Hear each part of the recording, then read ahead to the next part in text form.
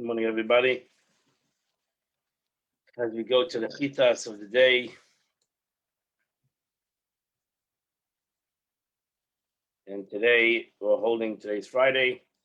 We are holding on chapter 11,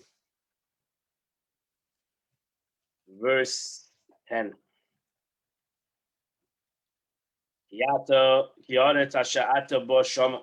Because the land that you're going to come to there, Lalishta, to inherit, it's not like the land of Egypt.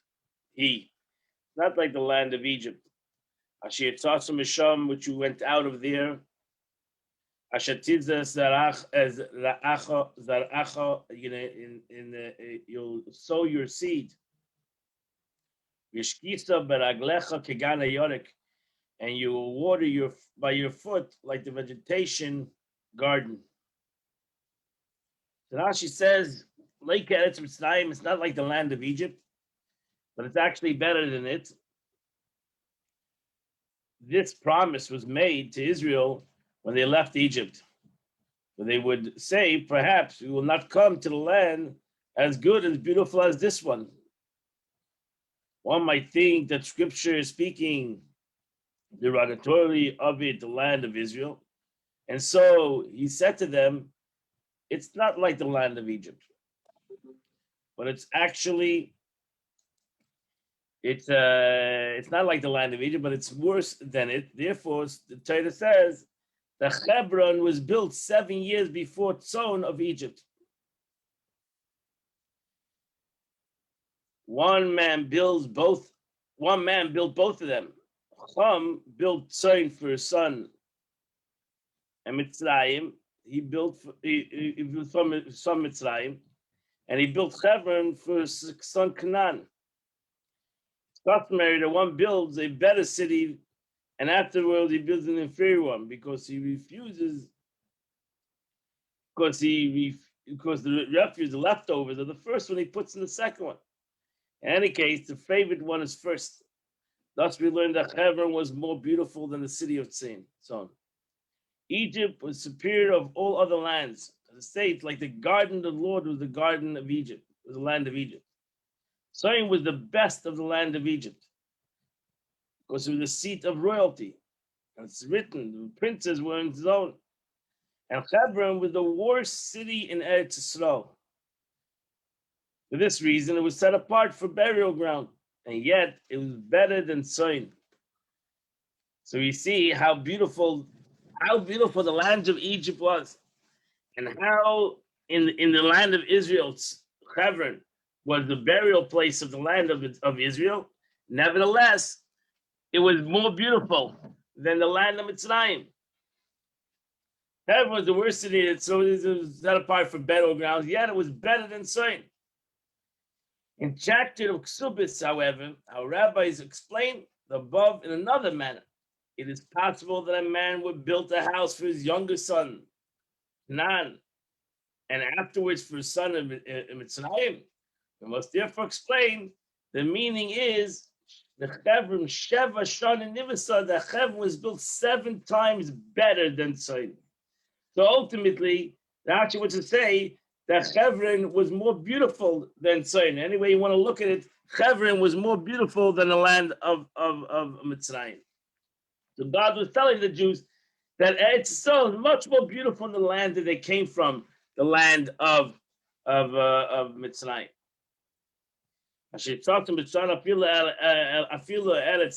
Even the land of Ramses and Goshen, which you lived in Goshen. The Jewish people lived in Goshen.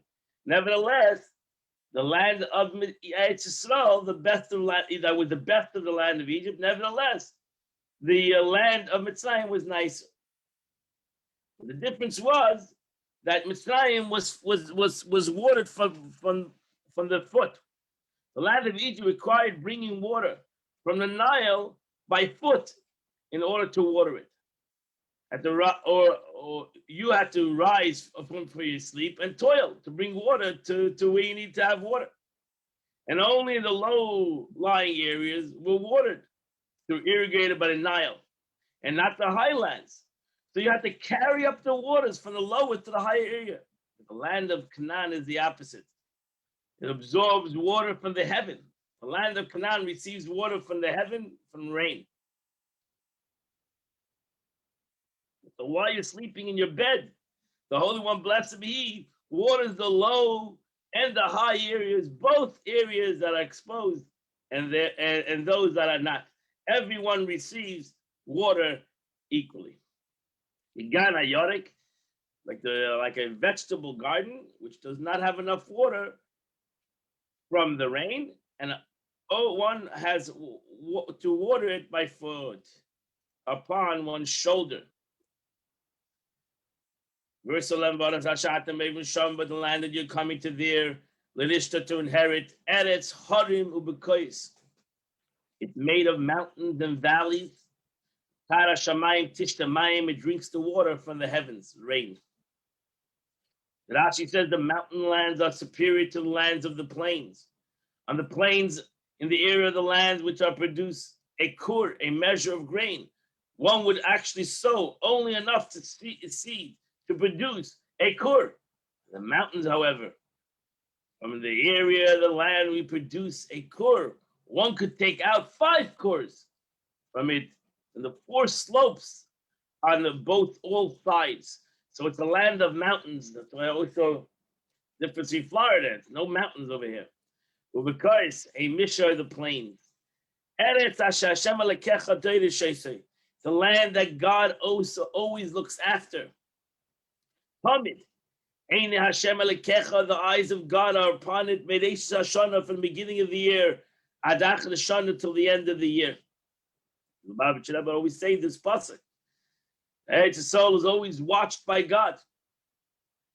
But does he look after all land? Does he not look after all land? As it's written, to reign on the earth where man is. Rather, it's if God cares only of it. And with that caring, which he cares for it, he cares for the other lands also. The eyes of God are upon it to see what it requires and to make for it new decrees, sometimes for good, and sometimes for the bad, as it's found in the Gemara of Rosh Hashanah. Rashi says, Rosh Hashanah, from the beginning of the year, Rosh Hashanah, it's judged what's going to be till the end of the year. Verse 13, if you can listen to my commandments, if you can listen to my commandments, what I command you today, to love your God, to serve him with all your heart and all your soul. This is the second portion of Shema we are reading now. He's referring to what is said of the verse 11, and absorb the water from the rains of the heavens. That if you listen to God, why does it say a double expression? Shamaya Tishmu. And it will be if hearkening, you will hearken. If you hearken to the old, meaning if you study and what you have already learned, you will hearken to new. You will have new and deeper understanding. Similarly, the meaning is, and it will be if you forget him, shachayach tishchach. If forget, you will forget. If you began to forget the Torah you have learned, eventually you'll forget it all. You'll forget all of it. For it's written in Megillah, if you leave me for 1 day, I will leave you for 2 days. Which I command you today. This day suggests that the commandments should always be as you do it as a new situation, like it was never done before. Torah should be as new as today. To love your God. You should not say, I will learn in order to become rich, in order to be referred to as a rabbi, in order to receive a reward. No, you should love Hashem. We should do Torah mitzvahs to honor the Eibishter. Means the service of the heart. What is the service of the heart? And that is prayer. For prayer is called a service. As it's written, your God who I serve regularly.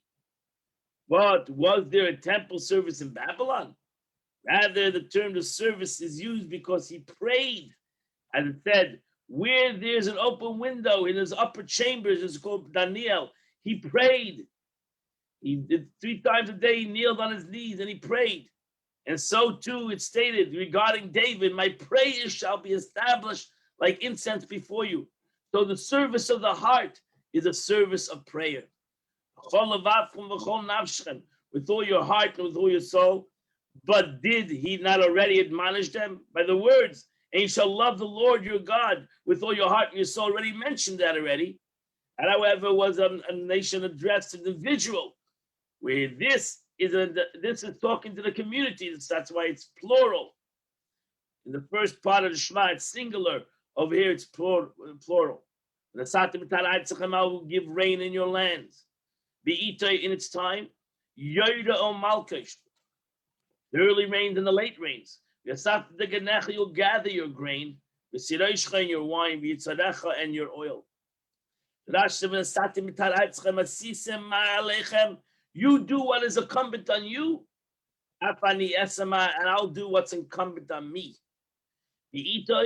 When will the rains come? It's at night. It shouldn't bother you. When is the best time to rain? On Friday night, when everybody is at home. Came home to Shabbos meal and they're all in their homes, so it will rain.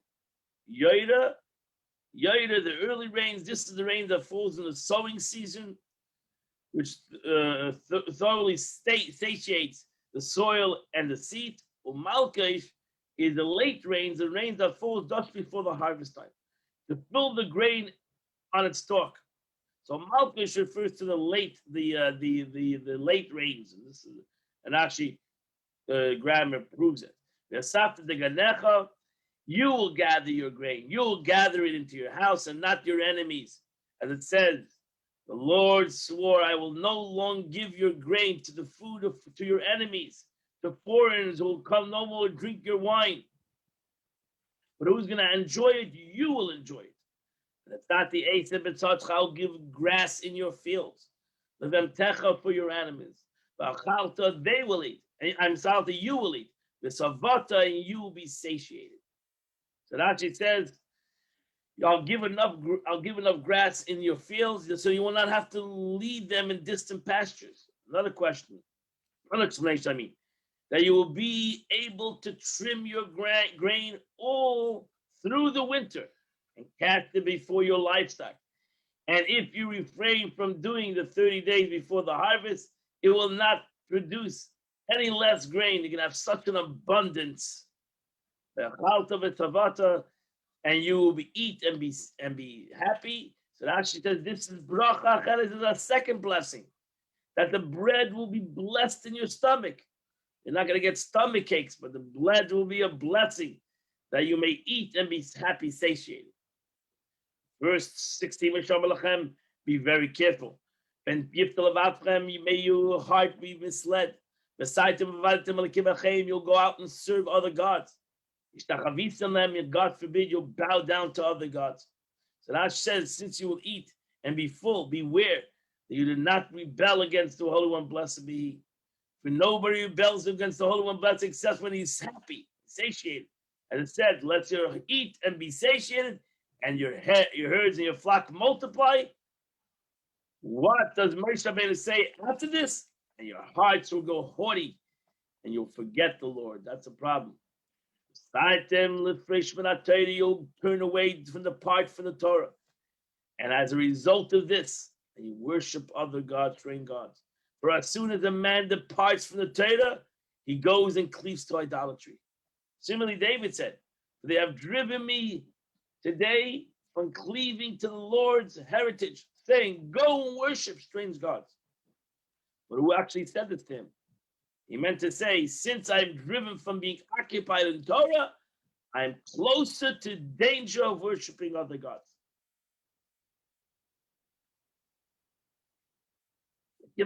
Other gods, Rashi says. What means other gods? Is always the expression, the answer. Oh, such thing as another god. But the meaning is strange to those who worship them. Where they worship and they cry out to their gods and nobody answers them. Verse 17, God will get angry with you and he'll close the heavens. Below your mother will be no rain. Adonai Titi the land will not give off its produce. And you'll be destroyed quickly. From this beautiful land, which God has given to you. The ground will not give its produce. Yevula will not yield the quantity that you bring. Moivil, so that's the yevula, what you bring. You have so much, but you bring little. So yevula comes through moivil to bring yovel. You will perish quickly.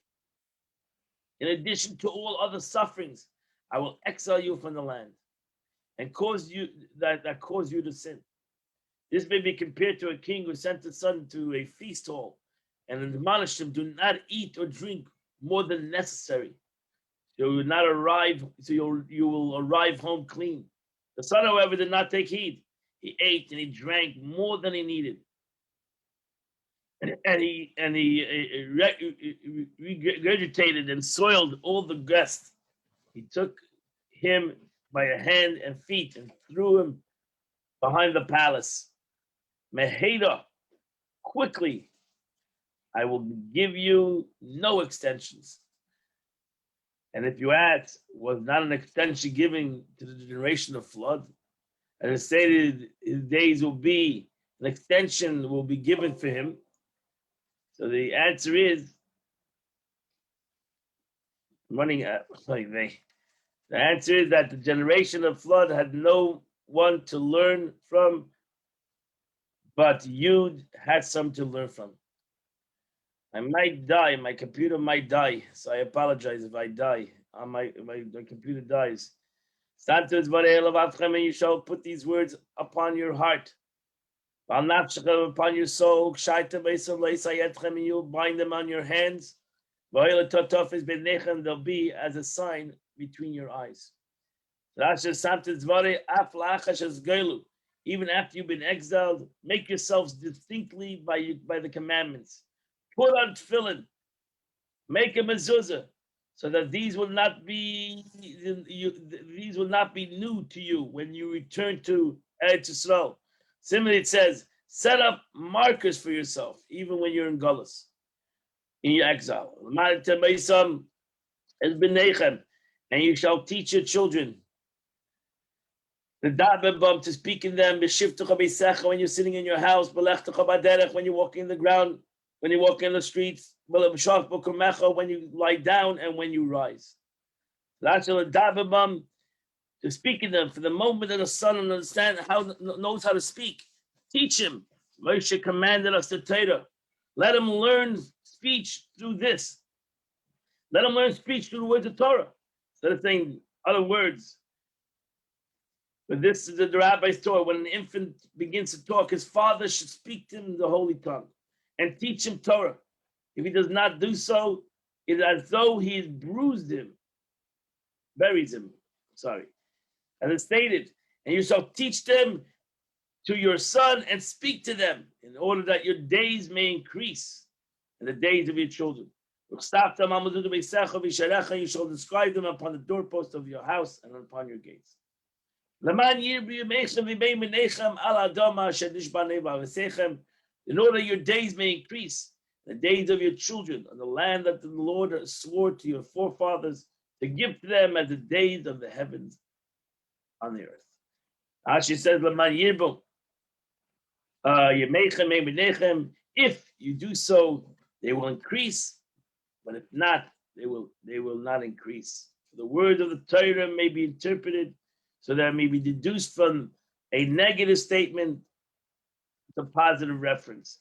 And for a positive statement, it's negative reference. From the negative, you learn the positive, from the positive and the negative. To give to them, it's not written to give to you, rather to give to them.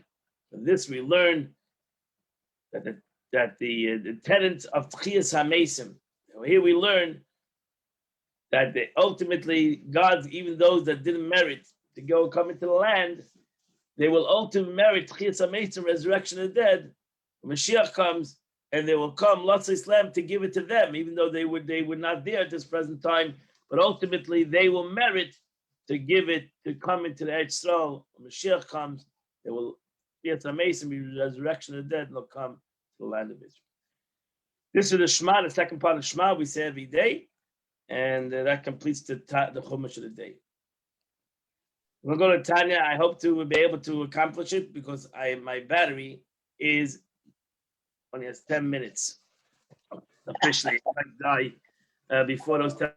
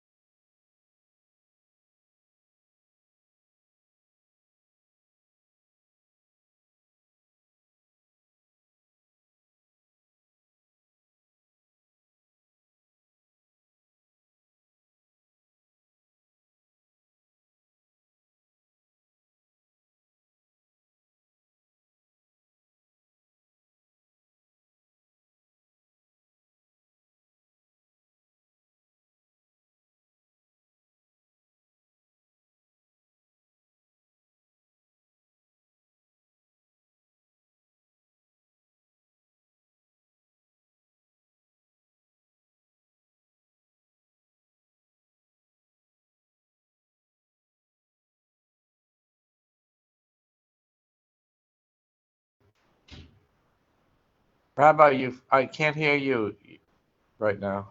Okay, I'm sorry. So this got the plug was not working. We're back on, but okay, we're back on. We're back in business. Okay, Good. Yippee. we're back in business. We're back in business. Okay, we're knocked off for a minute, second, and now we're back. Okay, so we're holding on a new letter. The Igeres HaKodesh, the seventh letter of the Alter Rebbe. So the Alter Rebbe says as follows: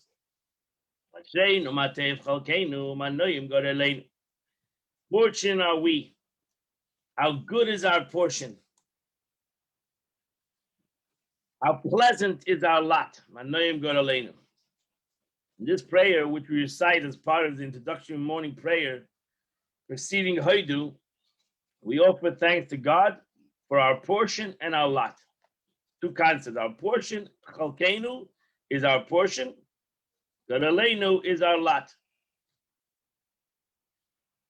It's self-revelation to every individual Jew.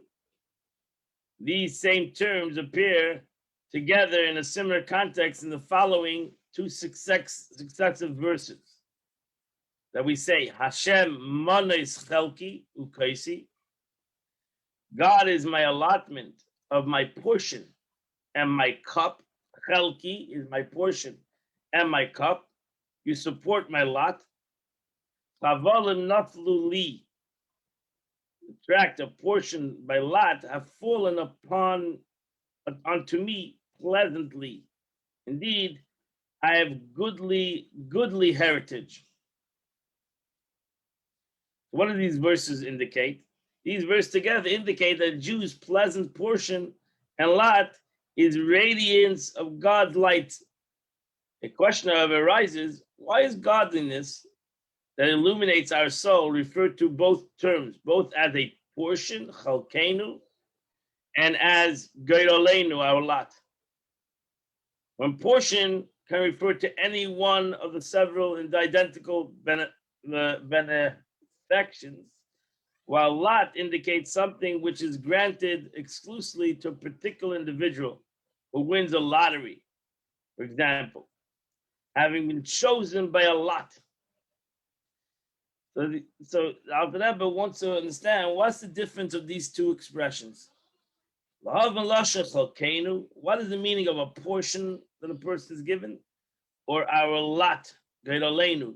So geirolenu comes from the word lottery, geirol, like the story of Purim.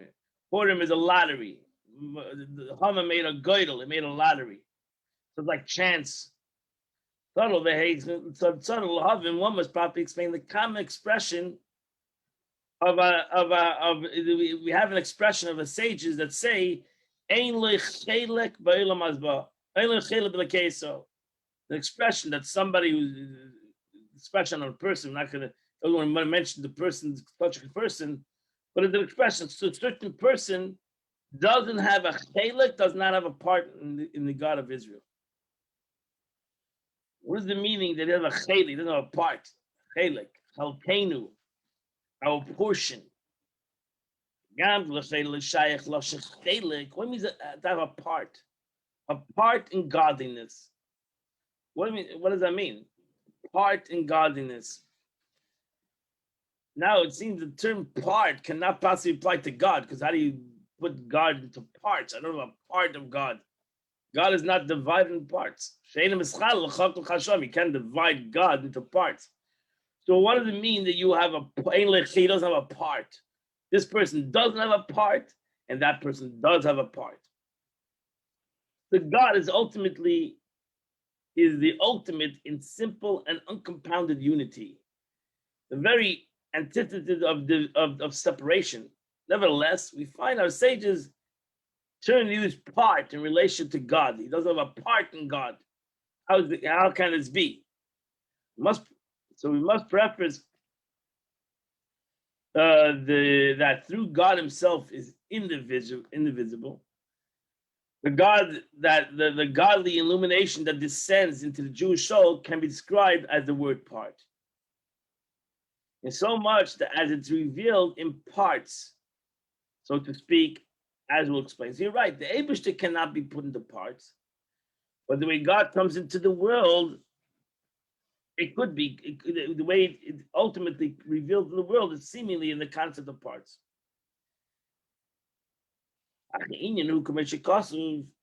So to explain this, it's as what it's written by Jacob. It says, by Yikra Eloi, he called God El Elokei Yisrael. He called him El, God of Israel.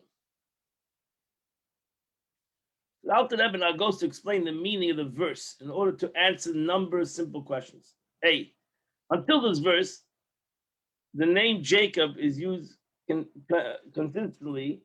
Why does the verse suddenly change to the word Israel? Vayikra Elokei Yisrael. Why do you call it Elokei Yaakov? How does this conclusion of the verse relate to the beginning?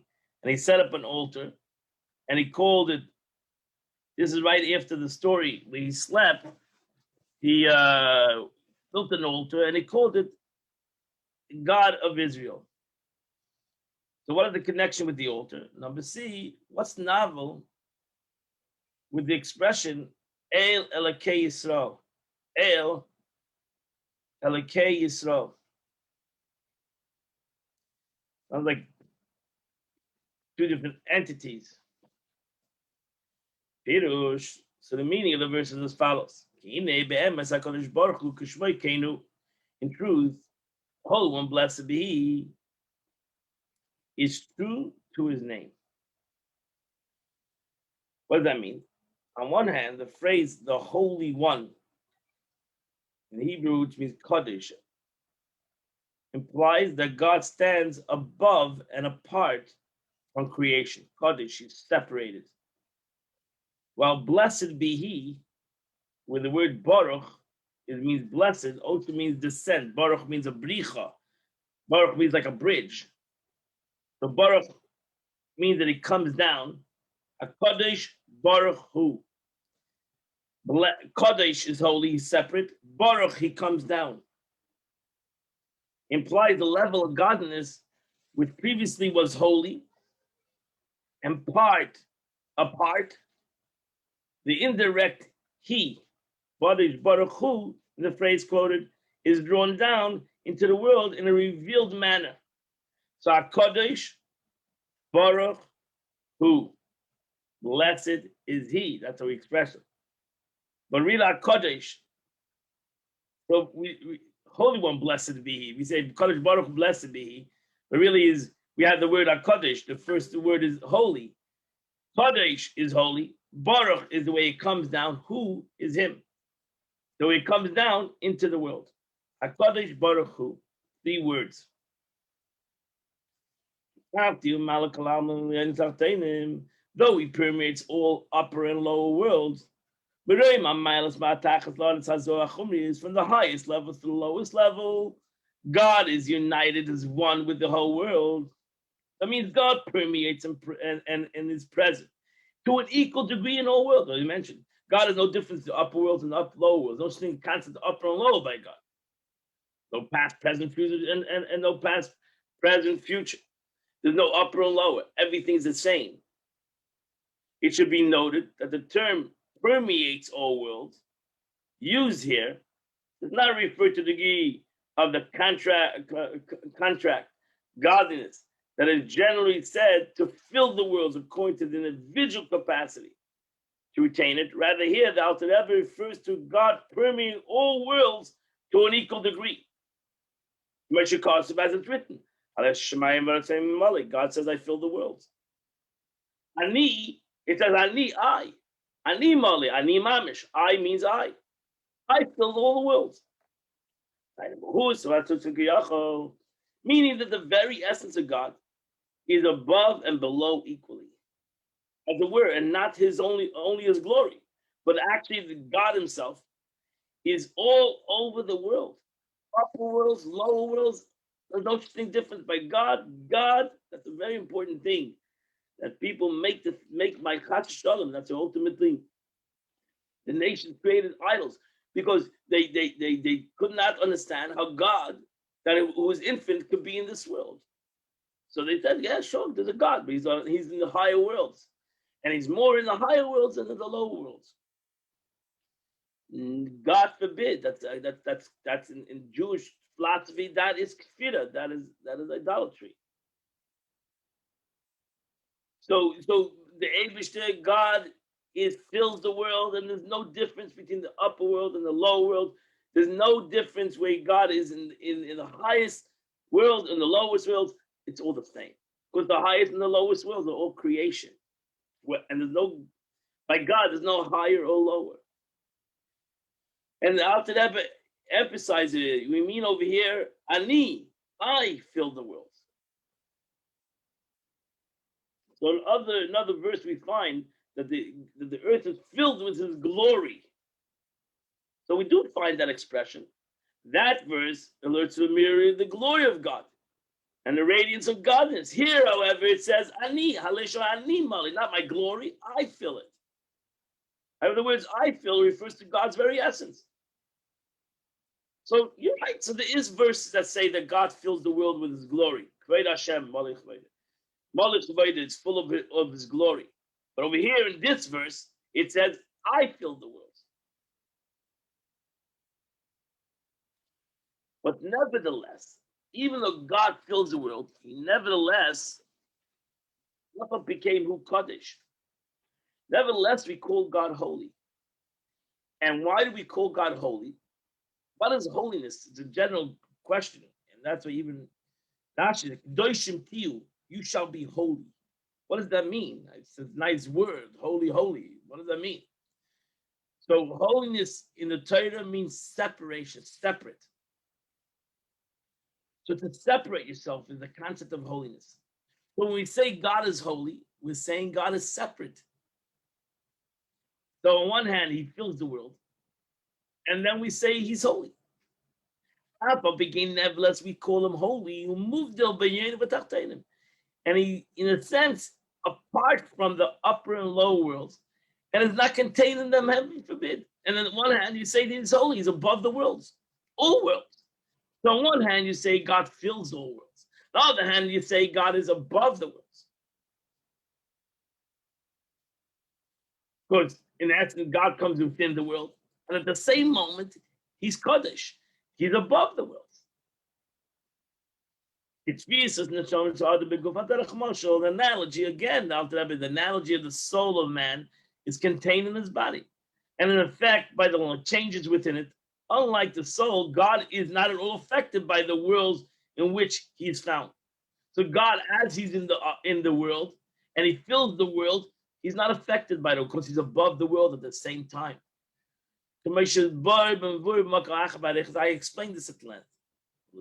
For this reason, since God is entirely distinct and apart from the world, from all the worlds, at the same time that he's in the worlds, he's distinct, he's Kadosh, he's holy. And therefore, he's above the worlds. They could not receive their life force from his being, and the essence in itself, as it were. So that's why it's impossible to receive from the essence, so to say. How is it possible to receive from the essence of God when he's Kaddish, when he's distinct, when he's separate? Only the diffusion of the life force, the Baruch Shem Kavod, Kaddish Baruch Hu. That way, the Kaddish Baruch Hu, the Baruch Hu is the spashta, the Baruch is the bricha. Bricha is the bridge. The Baruch is the way God, Kaddish is the way he's separate, distinct, and the way Baruch is the way he comes, is the fusion of life force. With the Holy One blessed to be animates the upper and lower worlds. Hu al derech mashal, and that's the metaphorically speaking.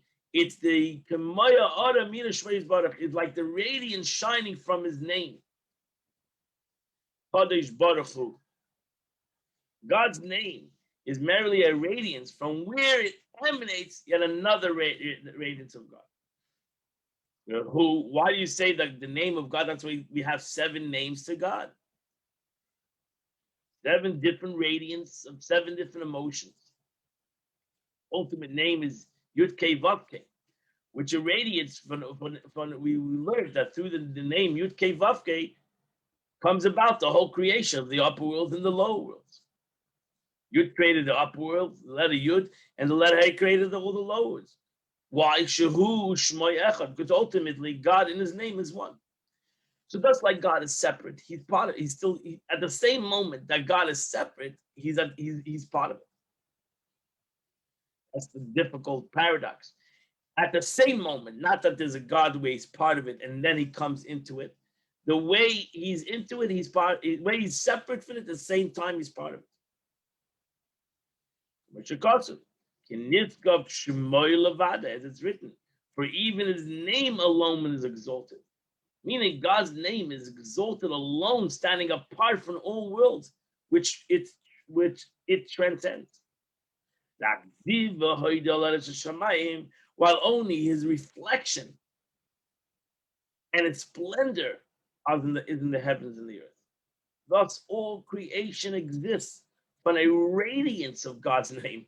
We're not even talking about God's name. Even God's name is above the world because it's thus receiving from the radiance, from the life force that comes from the letter Yud or comes from the letter Hey. And it's merely a radiance.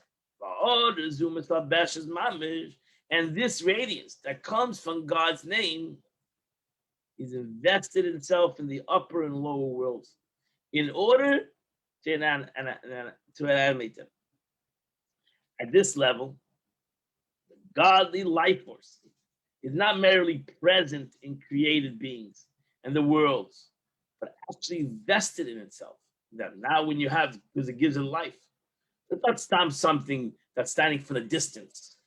No, it comes within them. Like my neshama is within me, not the standing from a distance. It contracts and adapts to the spiritual capacity of each particular world in which it is vested and integrated with it. So the Eibush Mamash comes down. That's called the Malakal Alman. That this light comes down and the Poshet comes down to every aspect of the world. And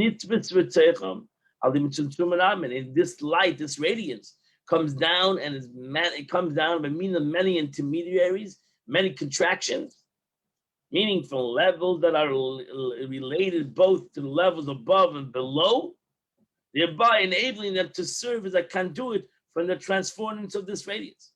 So ultimately, in this world, there are levels. the way we look from bottom up. There are many levels.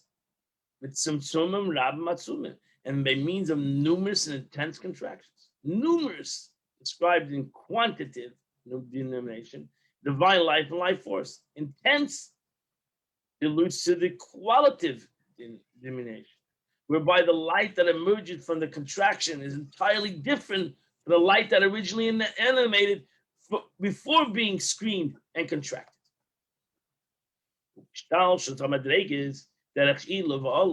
In a downward chain-like progression through the level of various worlds, in a sequence of cause and effect, and so on.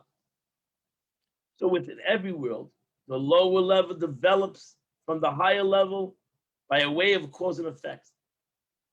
The higher level serving as a cause for the source of the lower level. You have the world of Atzilus, comes down into Malchus, all the Sfirot of the world of emanation comes to Malchus, and that causes Malchus to give out, to express itself, and to affect the world of Bria, the world of creation, the wisdom of the world of creation.